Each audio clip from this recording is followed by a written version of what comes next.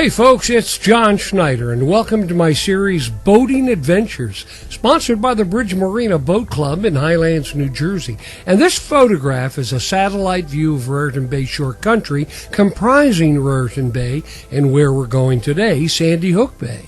Here's a closer view, and you can see there are two towns on the bay, Atlantic Highlands and Highlands, where our marina is located. Now today we're taking an approximately 3-hour trip around Sandy Hook Bay, which is shaped like a piece of pie, and it's not really going to be a 3-hour video, it's only going to be about a half hour. And we'll leave to go on our journey from Baker's Marina on the bay in Highlands. So we have a navigational map of the area, but let's look again at the satellite photo to see the direction we'll take today. We're going to leave the marina and head along the waterfront toward Atlantic Highlands, then go to a little town called Leonardo, and then run parallel along Naval Weapons Station Earl until we reach the end of it, where we'll turn toward the tip of Sandy Hook.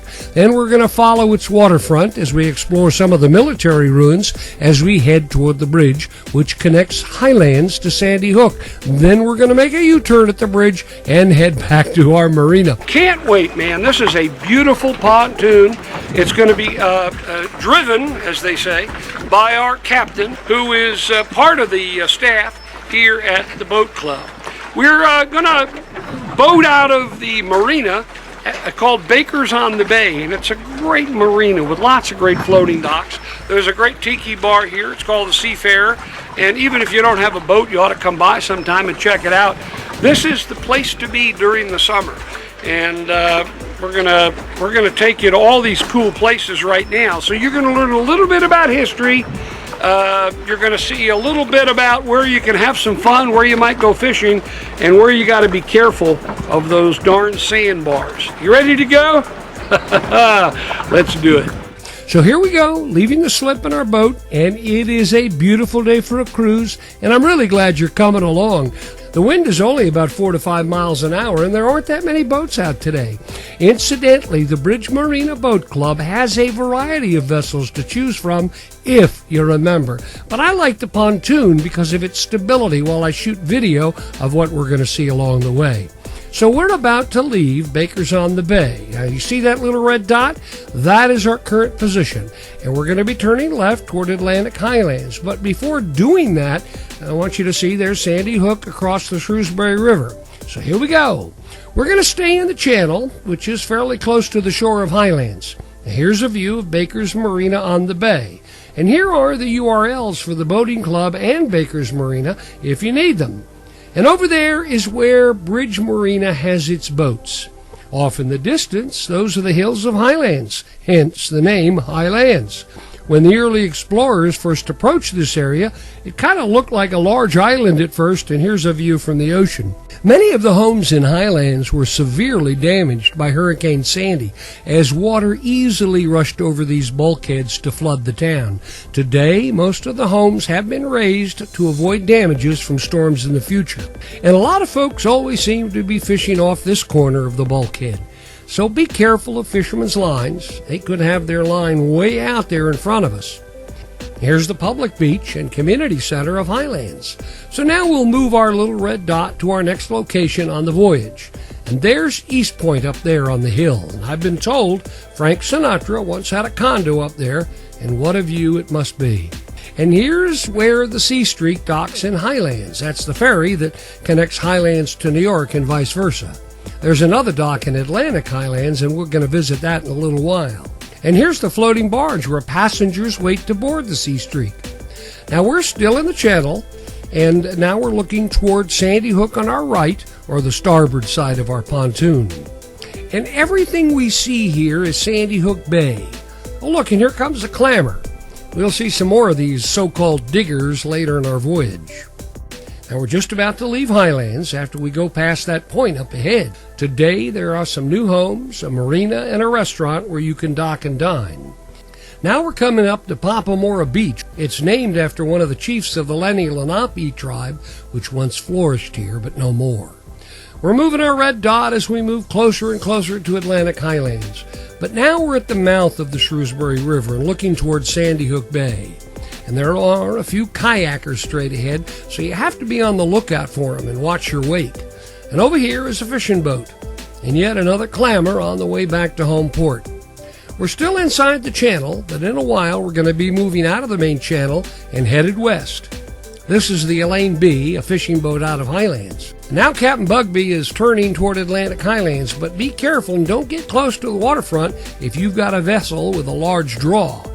There are a few sandbars which might get you stuck, so let's move our position dot once more. And these are the hills of Atlantic Highlands, where there are some large and beautiful homes. And we are now approaching the marina. At the bottom of these hills along the shoreline is the Henry Hudson Trail, and it goes from Highlands all the way to Matawan and beyond. It used to be the right-of-way for the railroad line. On our starboard side, it's still Sandy Hook Bay, and it is a great place to fish, as evidenced by the number of fishing boats which very often select this area to catch a variety of seafood.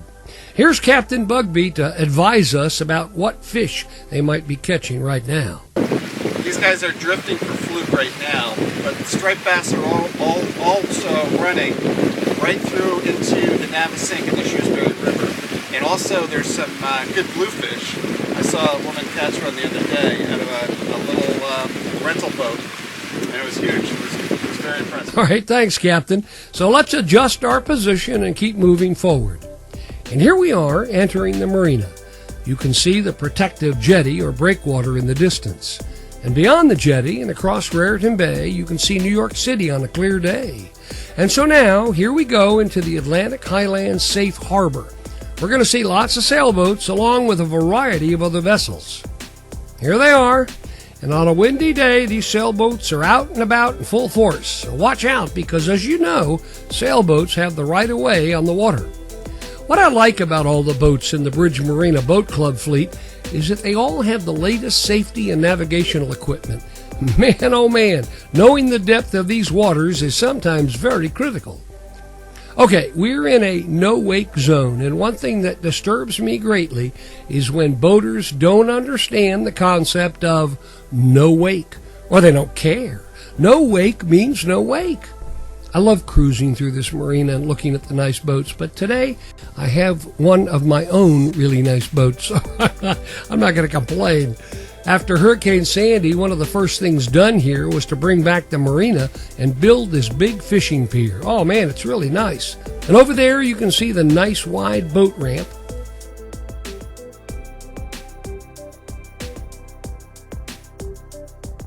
And this particular boat did not go down that ramp, I'm fairly certain.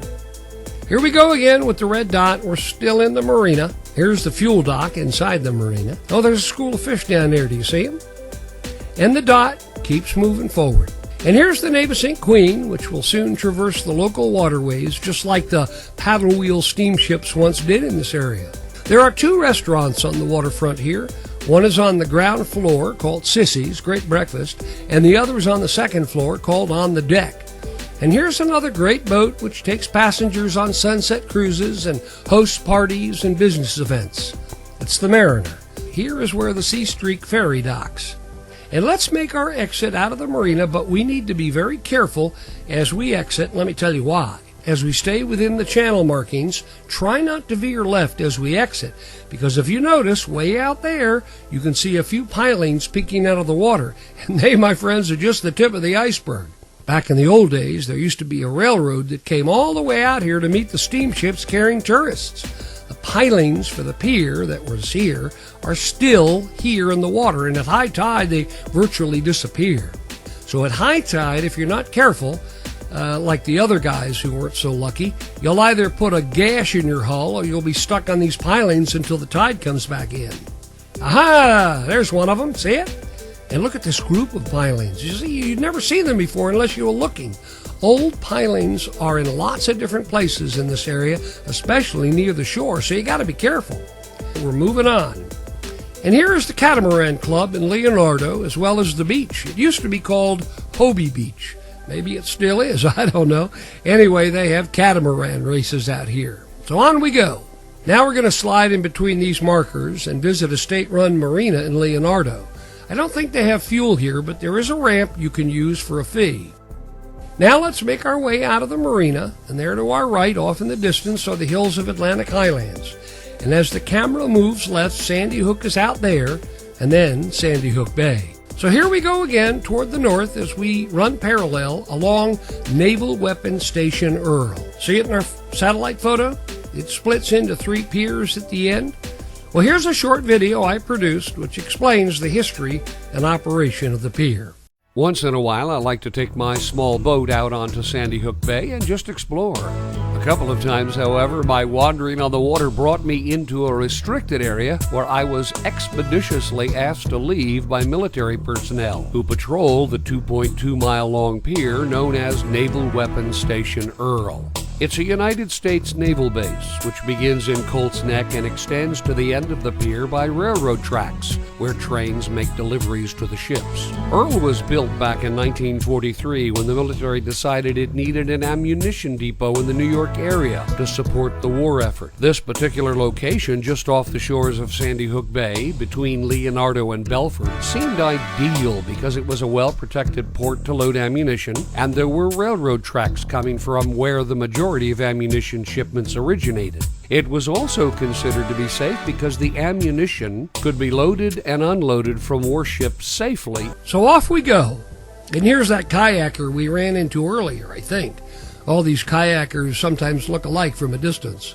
As we move past the kayaker, we're coming up on a buoy with a very important warning. These buoys are sometimes hard to see, so you got to be careful, or some Navy personnel will come out to greet you carrying a machine gun and a megaphone saying, "Get out of here." Incidentally, Sandy Hook Bay ends generally here from the tip of Naval Weapons Station Earl to the tip of Sandy Hook.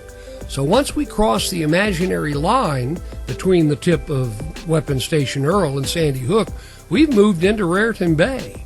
So let's head over to the tip of Sandy Hook and check it out. And on our way, there are lots of boats fishing in these particular waters. So here we go. And Captain Bugby is full throttle with a view of the hills of Atlantic Highlands over his shoulder and the mouth of the Shrewsbury River. And there's the tip of Sandy Hook. And as we get closer, what's interesting to me is how close all of the big ships come to the tip, because that's where the deepest channel is located. Here's our red dot on the move again. And right here is the tip of Sandy Hook. So let's just spend a few minutes just kind of looking and make certain to stay out of the channel if you see a big boat coming in or going out. There's some guy walking on the beach next to an osprey nest, and there are a whole lot of those nests all over this spit of land. And here's that crazy boat on tripod stilts. Not sure what they're doing. Could be the Army Corps of Engineers, but I just don't know. Anyway, there's the very, very end of Sandy Hook, and we're headed over to that green buoy, which is somewhat musical. Wait till you hear this.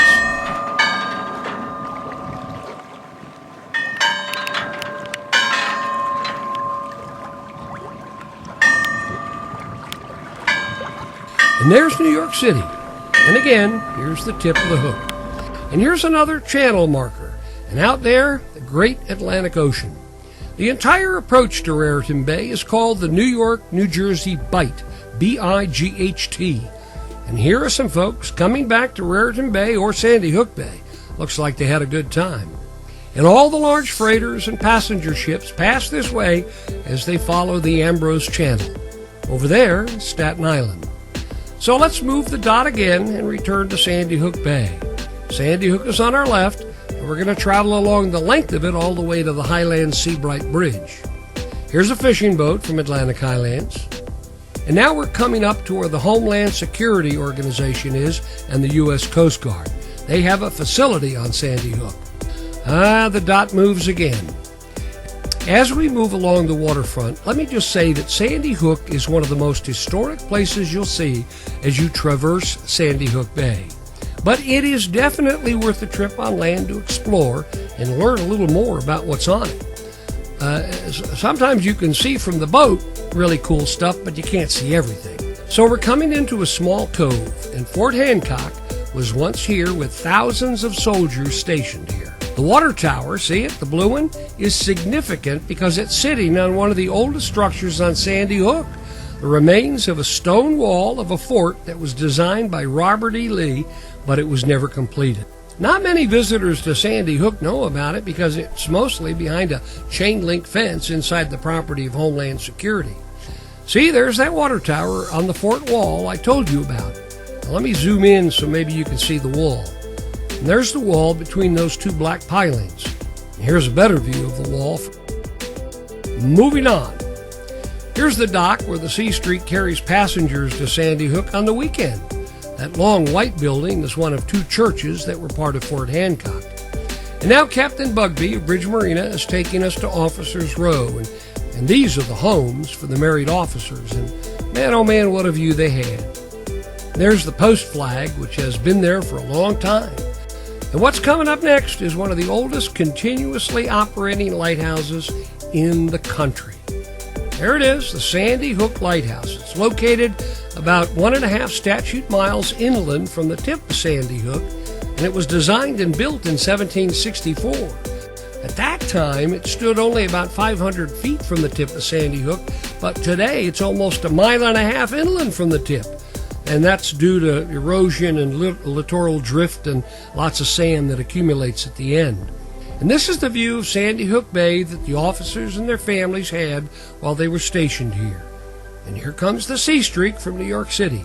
And when you see it coming, man, oh man, get out of the way. It moves very fast. And there's Naval Weapons Station Earl on the other side of it.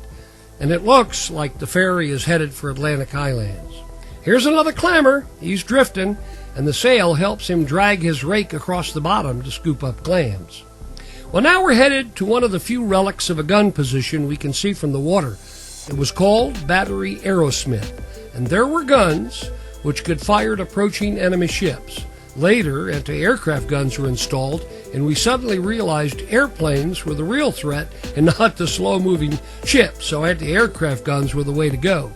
Here's a short segment from one of my documentaries so you can see what these gun emplacements look like from the land. I always enjoy videotaping this particular gun battery, or at least what's left of it. It's almost like Mother Nature has sculpted something very interesting. It's also humbling to see what she can do over time to what we probably thought would last forever.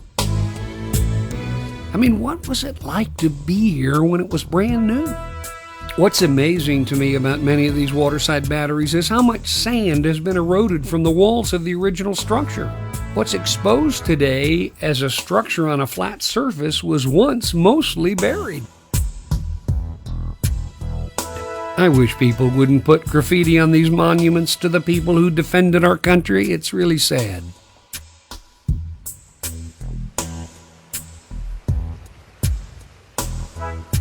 The soldiers who worked at Battery Aerosmith were exposed to the beauty of Raritan and Sandy Hook Bays. It must have been a great assignment, hearing the waves against the rocks, seeing the ships entering the bay. Maybe they all went fishing once in a while, I'm not sure, but it's still nice to be at this location. Here's a view of the southern end of the parade grounds of the Fort Hancock Historic Post as seen from Battery Aerosmith. You know, it's funny, the remains of every gun battery has a different look and feel to it, and I wonder if they all seemed different back in their day. Here's one of the foundations for one of those anti-aircraft guns which replaced the larger 8-inch guns. And inside are the rusted bolts to which one of the anti-aircraft guns was fastened.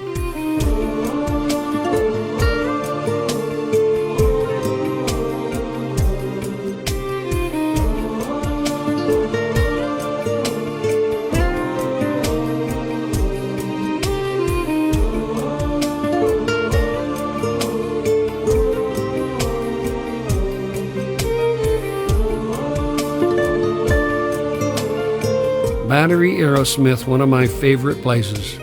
So that's Battery Aerosmith, which we just visited, and this is the cove with some nice beaches over there and a great campground just beyond the beach.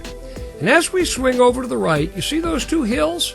They were very large gun emplacements. And again, I want you to take a look at a segment I did from one of my documentaries. Battery Kingman and Battery Mills, constructed by 1919 as two 12-inch barbette gun batteries with two guns each. They shot 975-pound armor-piercing projectiles more than 17 miles. They had a 360-degree range of fire, and they were initially in the open air, so to speak, and finally casemated or covered in 1942 when they became Fort Hancock's primary defense against naval attack in World War II.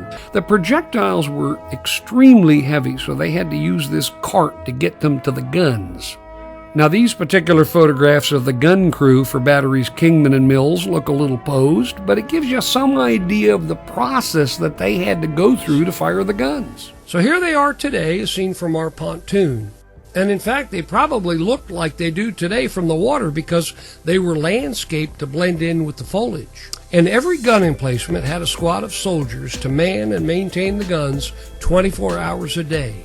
So here we go again to our next location, which is to the right of the two gun emplacements we just saw. You see these two structures? I call them igloos, and at one time they were covered with sand and you couldn't even see them. They were buried because inside were stored mines, explosive mines, which were placed in Raritan Bay at night during the war. By morning, the mines would be retrieved carefully and stored here until the next day. And there's Highlands at the mouth of the Shrewsbury River. Also over there is Bridge Marina on the bay where we left a couple of hours ago. And these are some great beaches to explore for sea glass or old bottles and other relics. But again, be careful getting too close to the beach if you have a larger boat with a significant draw. Meanwhile, we're getting closer and closer to the bridge where we're going to turn around and head back to our slip. But now let's head to Skeleton Hill Island, so named because in the 1700s there was a shipwreck nearby this island and they buried some of the bodies on it, or so they say. Anyway, Skeleton Hill Island is one of my favorite places to spend the day, but be extremely careful. You see these rocks? Good, be on the lookout for them. There are even more rocks underwater, and I'm going to show them to you as we approach the island. Meanwhile, Captain Bugbee prepares to maneuver our vessel towards Skeleton Hill Island, which is over there somewhere. It's high tide, so it's kind of difficult to see it clearly. So let's take a look at a picture taken lately with my drone to see exactly where we're going. So here's Sandy Hook Bay and Skeleton Hill Island with our pontoon boat approaching. And the red X represents the location of the rocks we saw with the birds on them. Now, if you look closely, you can see some shallow areas, which are here, here, and here. There's also a sinuous sandbar, which is over here, and a submerged rock wall located here where you see these four red X's. And we want to get here to the green dot. So, looks easy, right? Look, just be careful, and if you're lucky, watch a few boats go in before you do and sort of mimic their maneuvering. You ready to try it? All right, let's do it.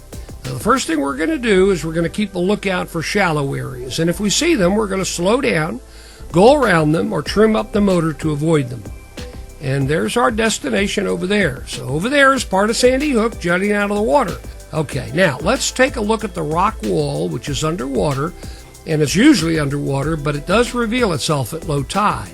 This is what you mostly have to watch out for. So the captain got us past the sandbars and the wall, and there's the island at high tide.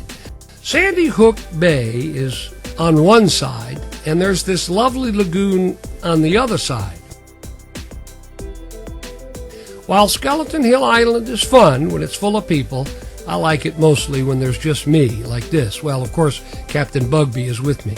And now we're going to continue to the bridge where we're going to make a U-turn and head back along the waterfront of Highlands. So let's turn around, head home, but we need to make sure we don't create a wake along the waterfront of Highlands. So we got to go slow. And up there in the hills is the historic Twin Lights and Navasink built in 1862. And there are a number of restaurants along the way where we can dock and dine. So let's just head back, and while we do, we'll relax a little bit while looking at the waterfront of Highlands. So thanks, folks, for joining me and Captain Benjamin Bugbee of the Bridge Marina Boat Club in Bridge Marina on the Bay in Highlands, New Jersey. And here we are, the end of our cruise, and I do hope you enjoyed it. Of course, it's so much more exciting to be on a boat than watch a video, so what are you waiting for? Join the Bridge Marina Boat Club. In the meantime, if you see me out in a boat or walking along a beach, please don't hesitate to say hello and introduce yourself, because nothing is more important than meeting you. So long, folks.